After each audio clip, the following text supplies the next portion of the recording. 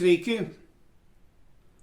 Švenčiame Kristaus žengimo į dangų šventę. Šeštinės Kristaus žengimas į dangų simbolizuoja žemiškosios Kristaus misijos pabaigą ir jo įžengimą į dangišką garbę, paruošiant vietą žmonijai ir atveriant kelią šventosios dvasios atėjimui. Skaitome apaštalų darbus. Juose pasakojama, kaip Jėzus dar kartą susitinka su mokiniais ir juos tarytum instruktuoja, kas bus po to, ko laukti, kaip veikti toliau. Ir čia mokiniai užduoda klausimą, kuris, sakytume, šių dienų tarme būtų lyg Jėzų išverčianti iš kojų klausimas. Jie klausė jo: Viešpatie, gal tu šiuo metu atkursi Izraelio karalystę? Bet turbūt nereiktų stebėtis mokinių ir toliau esančių lygtais dvasiniu aklumu. Jėzus kalba apie dvasinius dalykus, o mokiniai iš tiesų galvoja apie savo vienus ar kitus reikalus, apie politinius ir dar kokią nors žemišką naudą. Taigi šis klausimas parodo ir mus, nežiūrint to, kad jau 2000 metų mes esame bažnyčioje ir esame jos vaikai, bet šis mokinių klausimas parodo ir kiekvieno mūsų gyvenimus. Ar nedažnai ir mūsų malda yra pilna pašalinių klausimų ir prašymų Dievui? Ar nedažnai ir mes, būdami bažnyčioje, kūnu, bet savo sielą ir dvasia, kartais skrajojame labai toli nuo Dievo namų? Apaštalas Paulius šiandien laiške Efeziečiams duoda dvasios pamoką, duoda atsakymą kiekvienam iš mūsų apie tai, kad žmogaus gyvenime tikėjimas yra Dievo dovana. Tikėjimo negalime nusipelnyti, tikėjimo negalime pasirinkti. Tai yra didelė Dievo dovana, pagalba ir malonė žmogaus gyvenime. Ir štai ką apaštalas Paulius mini.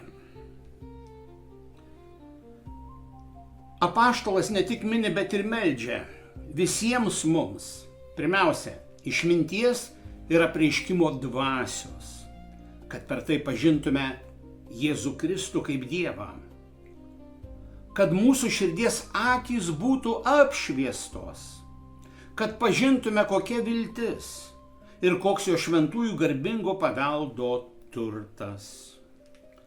Kodėl yra tikėjimas Dievo dovana ir kurio savo jėgomis negalime nusipelnyti? Galbūt duosiu tokį pavyzdį. Kai Antro pasaulinio karo metu daug lietuvių inteligentų ir kunigų buvo nacistinės Vokietijos represuota ir jie buvo išvežti į taip vadinamą Štuthofo koncentracijos lagerį ir kitus, ten buvo ir garsus rašytojas Balys Sruoga. Ir tai buvo pragaras, į kurį pateko šie žmonės. Kunigai, būdami tame pragare, rasdavo laiko maldai. Balys Sruoga tik iš tolo stebėdavo jų maldą. Bet jis yra pasakęs sąžiningai: aš pavydžiu jums, jūsų tikėjimo. Deja, aš tokio neturiu. Ir galbūt yra suprantama, kai žmogus patenka į žemišką pragarą, mes tarytum kiekvienas iš naujo užgimstame ir čia pat yra pasirinkimas, kaip eiti per gyvenimą, su piktumu ar su meile. Ir mes neteisėme šio rašytojo, nes mes nežinome, kaip jo vystėsi gyvenimas ir kaip jisai paliko šį pasaulį su kokiomis mintimis. Mes tikime, kad tai buvo rašytojas didis. Vien tai, kokius paliko kūrinius ir kokį paliko pėdsaką mūsų tautos sąmonėje. Galbūt šis atsakymas taip pat yra dar iš kitos pusės. Prisiminkime Rusijos plataus masto invaziją į Ukrainą. Ir buvo pirmi mėnesiai, beveik pusmetis, kai buvo žmonės turėjo gyventi požemiuose, katakombose. Ir buvo bombardavimai, žūtis. baisiausias maisto ir vandens stokojimas. Ir kai galop, kas nežuvo, kurie išsigelbėjo, jiems buvo leista išeiti iš tų katakombų ir išvažiuoti iš tų baisių karo zonų. Viena mergaitė išėjus iš tų katakombų viešai paklausė, o kur yra Dievas, kai pasaulyje tiek daug skausmo ir kančios. Ir mes nežinome, kaip tas mažas vaikas arba tie kiti patyrę skausmą ir kančią toliau eis per gyvenimą ir ką jie pasirinks savo pagalbą. Ar Dievo malonę, ar priešinamasi tai maloniai. Šiandien apaštalas Paulius mums primena, kad tie, kurie tikime Dievą, esame palaiminti. Nes tik su Dievu galime ištverti visus išbandymus, visus negalavimus, trūkumus, kančias, gal netgi ir savo pačių ligas, sveikatos trūkumus. Ar žiūrėsime į tai kaip Dievo bausmę, ar žiūrėsime į tai, kad galbūt Dievas mane pamiršo, o galbūt žiūrėsime, kad tai yra dar vienas Dievo malonės kelias, kuris šaukėsi į mane ir žadina mane gyvenimui, o ne mirčiai. Taigi, Kristaus žengimas į dangų yra kiekvienam tikinčiam žmogui priminimas, kas ir kiekvieno iš mūsų laukia dangaus garbėje. Laukia Dievo artumas ir jo begalinė meilė bei malonė. Šiandien Evangelija pagal Matą 28 skyrius mums pasakoja Kristaus žengimą į dangų. Ir čia, tame atsisveikinime su mokiniais, Jėzus iškelia užduotį savo mokiniams. Pasako, ką jie turi toliau veikti. 11 mokinių nuvyko į Galilėją ant kalno, kurį jiems buvo nurodęs Jėzus. Jį pamatę mokiniai parpuolė ant žemės, tačiau kai kurie dar abejojo. Tuomet prisiartinęs Jėzus prabilo. Man duota visa valdžia danguje ir žemėje. Tad eikite ir padarykite mano mokiniais visų tautų žmonės, krikštydami juos vardan Tėvo ir Sūnaus ir Šventosios Dvasios, mokydami laikytis visko, ką tik esu jums įsakęs. Mielieji, ar žinote, kaip tampama krikščioniu? Kaip tampama musulmonu, yra sakoma, turi žmogus prie kelių liudininkų pasakyti, kai yra tik vienas Dievas ir jokių kitų dievų. Ir tada jis jau tampa musulmonų tikėjimo išpažinėjas. Krikščionių tikėjimų atstovų tampame, kai mus pakrikštija. Bet žinote, krikšto apeigos trunka gal kartais kokį gerą pusvalandį. Ir ten yra daug maldų, kurios yra labai svarbios ir labai reikalingos. Bet jeigu nebus pasakyta viena formulė, kurią ką tik išgirdome Evangelijoje pagal Matą, krikštas bus neįvykęs. Štai kunigas meldžiasi, kviečia visus į maldavimus, bet užmiršta ant kūdikio arba suaugusio žmogaus išlieti vandenį ant jo galvos ir pasakyti, aš tave krikštiju vardan Dievo Tėvo ir Sūnaus ir Šventosios Dvasios. Ir krikštas neįvyko. Arba kunigas galbūt, jisai užmiršta visas maldas, bet sako jisai, aš labai skubu, greičiau padarom viską. Jisai tik prieina, sako, teik čia, jam užpila vandens ir tam žmogui sako, aš tave krikštiju vardan Dievo Tėvo ir Sūnaus ir Šventosios Dvasios. Viskas galite eiti savo keliais. Ar žmogus pakrikštytas? Taip, žmogus pakrikštytas.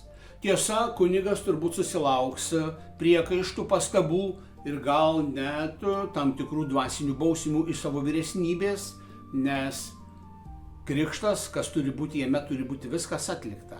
Tačiau jeigu jau kartais taip atsitiktų, ogi žinome, kad kartais mirties akivaizdoje gali krikštyti ir bet kuris žmogus. Jeigu žmogus miršta ir paprašo šito, jį gali pakrikštyti net netikintis. Taigi tuomet užtenka būtent tik tiek pasakyti, kad ištarti to žmogaus vardą ir pasakyti, aš tave krikštiju Vardant Dievo Tėvo ir Sūnaus ir Šventosios Dvasios. Amen. Žinoma, tuo pat metu pilant jam vandenį ant jo galvos ir jo kaktos. Bet čia tokie yra niuansai. Ir kas dar yra svarbu šioje Evangelijoje? Svarbu yra tai, kad Jėzus dar pasako po to labai svarbius žodžius. Tai išsakęs, ką dabar ką tik girdėjote, jisai dar sako: ir štai aš esu su jumis per visas dienas iki pasaulio pabaigos. Mili tikintieji, Jėzus žengia į dangų, bet mūsų neapleidžia, mūsų nepalieka mūsų pačių savieigai, jis pasilieka su mumis. Jeigu populiariai sakant, aš jums pasakyčiau maždaug taip. Tai yra maždaug tai, kad viršininkas, jeigu mes turime savo darbuose viršininką, taigi tas viršininkas yra lengvai pasiekiamas. Turbūt yra kai kur darbai, kur viršininką labai sunku pasiekti. Sakykime, duosiu tokį pavyzdį iš bažnyčios gyvenimo. Dar daugelį metų atgal, pačioj pradžioj, kai atvykau į Airiją, buvau susitikęs su Lenkų kunigais. Ir mes kalbėjome apie savo vyskupus ir ten dalinosi tie Lenkų kunigai apie savo vyskupus. Ir man atrodo, tik gal vienas te pasakė, kad sako, o mano vyskupą galima lengvai rasti jam paskambinant jo mobilų telefoną. Jo mobilus telefono numeris yra viešas, visi žmonės žino. Kaip žinote, dabar yra tokie laikai, kai vyskupai nori ramybės ir tam yra visokie jų atstovai, visokie pavaduotojai, tai visuomet jūs geriausiu atveju tik pasieksite jų pagalbininkus, pavaduotojus, o retas vyskupas, kuriam galėtumėte jūs imti, paskambinti iš savo numerio ir jis jums atsilieptų. O jeigu tuo metu būtų užimtas, kad jums atskambintų. Bet tokių vyskupų yra.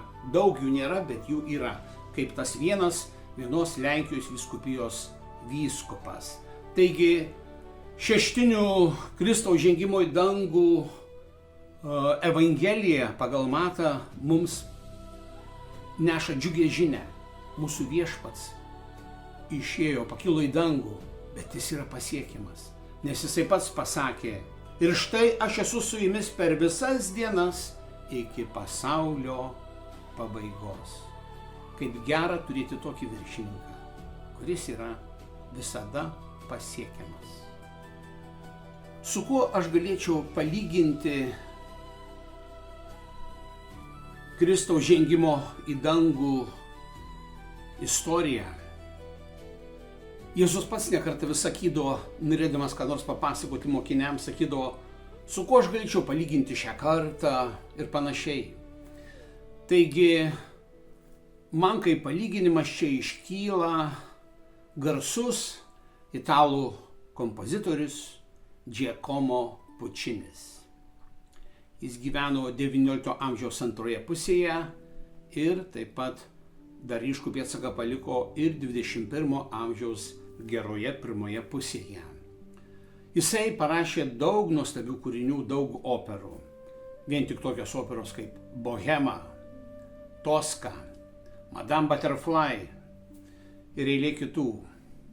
Bet 1922 metais jis jau sunkiai serga. Ir, nežiūrint to, jis imasi rašyti dar vieną operą pavadinimu Turandot. Sunkiai serga, jėgos senka, jo mokiniai prašo daugiau ilsėtis. Jisai toliau dirba.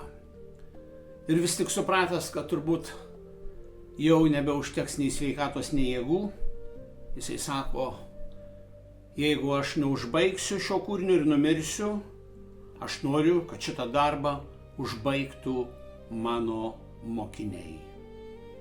Taip ir vyko. 1924 metais maestro miršta.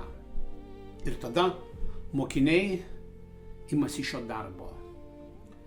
Jie tyrinėja jo visus praėjusius darbus, tyrinėja atidžiai paliktus juodraščius šito jau darbo ir po 2 metų 1926 metais Milane, Laskaloje įvyksta operos Turandot premjera. Dirigentas Arturo Toscaninis.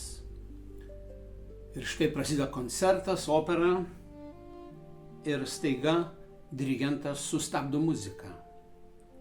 Ir čia jis sako, ties šia vieta maestro Pučinis užmerkė akis šiam pasauliui. Ties šiais muzikos akordais. Salėje tyla. Dirigento lazdelė padėta. Tada po tam tikros tylos pauzės vėl Toskaninis paima dirigento lazdelę ir atsisukęs į klausytojus sako, o nuo čia šį mokytojo darbą jau užbaigė jo mokiniai. Opera siaubingai gerai pavyko ir iki pačių dienų yra labai aukštai vertinama. Taigi, kas yra Kristaus žengimas į dangų? Taigi mes esame visų laikų, turime Dievo laimę, kad gyvename šioje žemėje ir esame Jėzaus mokiniai.